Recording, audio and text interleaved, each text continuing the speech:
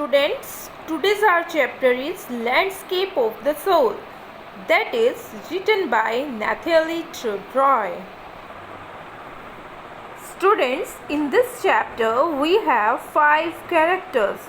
Number 1 is King Tang Emperor Xuanzang. Number 2, Wu Daozi, who was a painter. Third is Quentin Maxwell, blacksmith and painter. And number 5th is painter's daughter. What is landscape?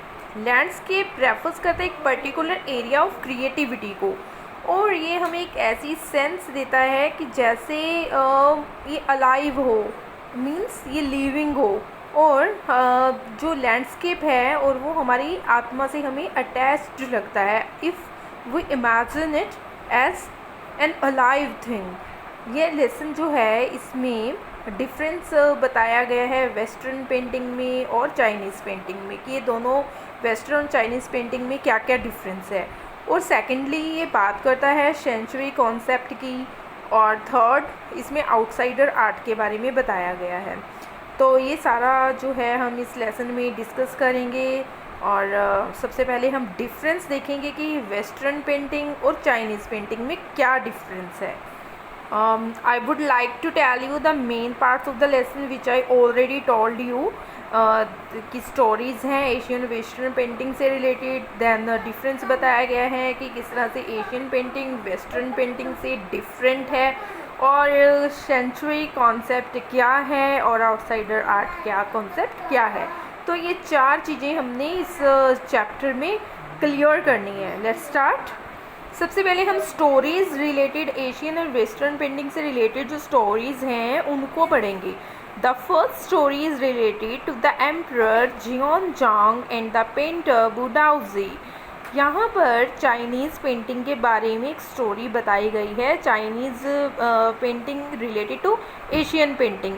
China is in Asia continent, so it is called Asian painting. यहाँ पर एक emperor के बारे में बताया गया है। Emperor का नेम था जियोनजांग। आपने ये नेम याद रखना है, जियोनजांग। वो अपने एक पेंटर को जिसका नेम होता है वू दाओजी, उसको ऑर्डर करता है कि उसने एक पेंटिंग बनानी है, उसके पैलेस की वॉल को डेकोरेट करना है उसने। तो उसको बहुत सुंदर पेंटिंग बनाने का वो ऑर्डर देता है, और जो पेंटर है वो बहुत ही ब्यूटीफुल पेंटिंग ड्रॉ करता है, बनाता है, और उसको एक कवर के अंदर छुपा देता है ताकि उसको सिर्फ एम्परर देख सके, कोई और ना देख सके। जब एम्परर है वो पेंटिंग को देखता है तो वो उसको अप्रिशिएट करता है कि बहुत अच्छी पेंटिंग बनी है, क्योंकि उसके ऊपर बहुत सारे फॉरेस्ट थे, हाई माउंटेन्स थे, वाटरफॉल, क्लाउड दिखाए गए थे स्काई में फ्लोटिंग होते हुए, और वहाँ पर कुछ मैन वगैरह शो किए गए थे जो हिली पाथ्स पर मूव ऑन कर रहे थे, और कुछ बर्ड्स दिखाए गए थे जो फ्लाई कर रहे थे स्काई में। तो वो पेंटिंग बड़ी ही ब्यूटीफुल थी। जो पेंटर था एम्परर को कहता है कि इस जो पेंटिंग है इसके ऊपर एक केव भी है, बट एम्परर कहते हैं मुझे तो कहीं नज़र नहीं आ रही है। पेंटर उसको कहता है कि जो उसने ये बनाई है पेंटिंग, इसमें उनको बड़े अपने माइंड का यूज़ करते हुए केव को ढूंढना पड़ेगा कि केव कहाँ पर बनी हुई है। एम्परर को वो कहते हैं कि जो ये सीनरी उसने बनाई है वहाँ पर एक केव है और उसका डोर है। तो जब वो अपने हैंड्स को जो पेंटर है क्लैप करता है तो जो केव है उसका डोर ओपन हो जाता है।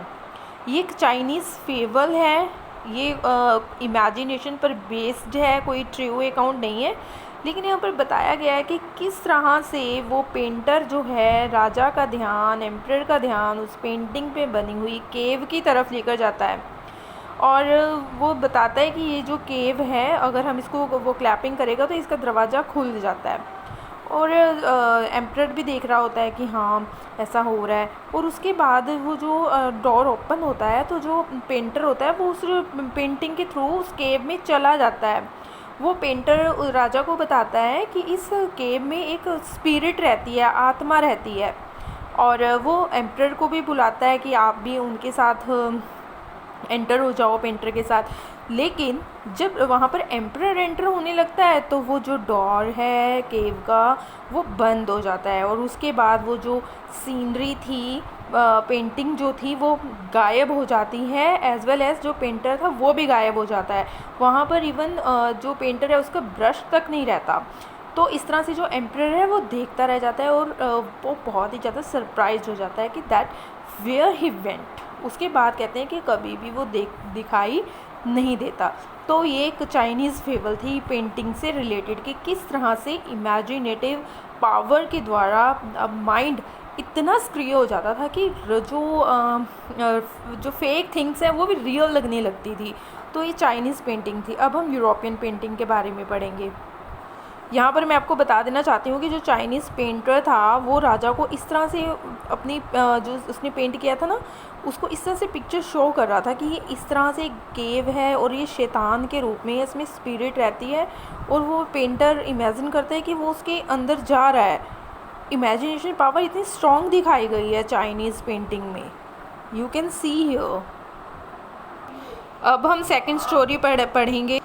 अब जो ये सेकंड स्टोरी है ये वेस्टर्न पेंटिंग से रिलेटेड है कि 15th सेंचुरी में एक ब्लैक स्मिथ होता था। ब्लैक स्मिथ मीन्स लोहार, कि उसका नाम था क्विंटन मैप्सी। और वो जो क्विंटन मैप्सी था वो पेंटर की एक डॉटर होती है, उसे लव करता है। बट जो पेंटर होता है वो एलो नहीं करता कि वो एक ब्लैक स्मिथ को as son in law accept करे, तो वो मना कर देता है उनकी मैरिज से। एक दिन क्या होता है, जो क्विंटन मैप्सिस होता है वो चोरी चोरी पेंटर के रूम में आ जाता है, जहाँ पर जो पेंटर है वो अपनी पेंटिंग कर रहा होता है, लेटेस्ट पेंटिंग कर रहा होता है, लेकिन उस टाइम वो वहाँ पर नहीं होता। तो क्विंटन उसके रूम में एंटर कर जाता है, पेंटर के रूम में। और जब पेंटर और वहाँ पर एक फ्लाई पेंट कर देता है पेंटिंग के ऊपर।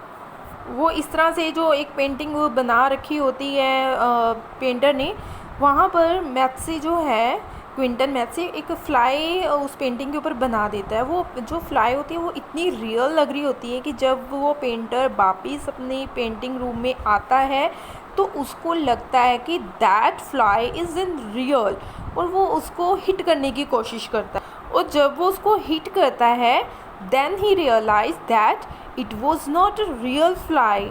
फिर वो पता करता है कि ये इतनी अच्छी जो फ्लाई बनाई है, किसी ने पेंट करी है, वो कौन है, और उसको मैप्सी के बारे में पता चलता है। Then he became agree to marry his daughter with blacksmith, और आगे चलकर वही ब्लैक स्मिथ एक बहुत अच्छा पेंटर बन जाता है।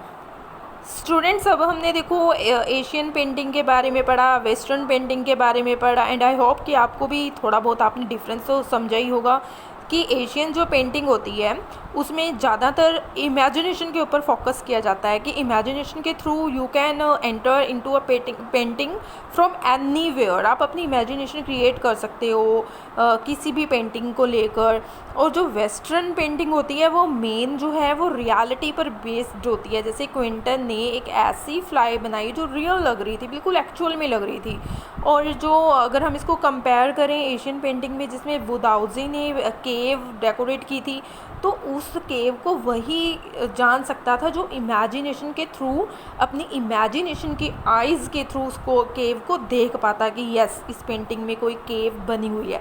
बट उसको अपनी इमेजिनेशन लगानी पड़ती, दिमाग लगाना पड़ता। और जो ये वेस्टर्न पेंटिंग है ये इतनी रियल होती है कि एट वंस आप रिकॉग्नाइज कर सकते हो यस दैट इज़ फ्लाई। आपको कुछ इमेजिनेशन, कुछ दिमाग नहीं लगाना पड़ता। That was the main difference between Asian painting and western painting. This question is also very important and it is asked for so many times in exams. अब हम पढ़ेंगे कॉन्सेप्ट ऑफ सेंचुरी, जो मैं आपको सेकंड पार्ट में इसको मैं define करूँगी। आज के लिए हमारा पार्ट 1 ही इनफ है। I hope you all have understood it. We will continue the concept of sensory and the outsider art in our next video, in our next class.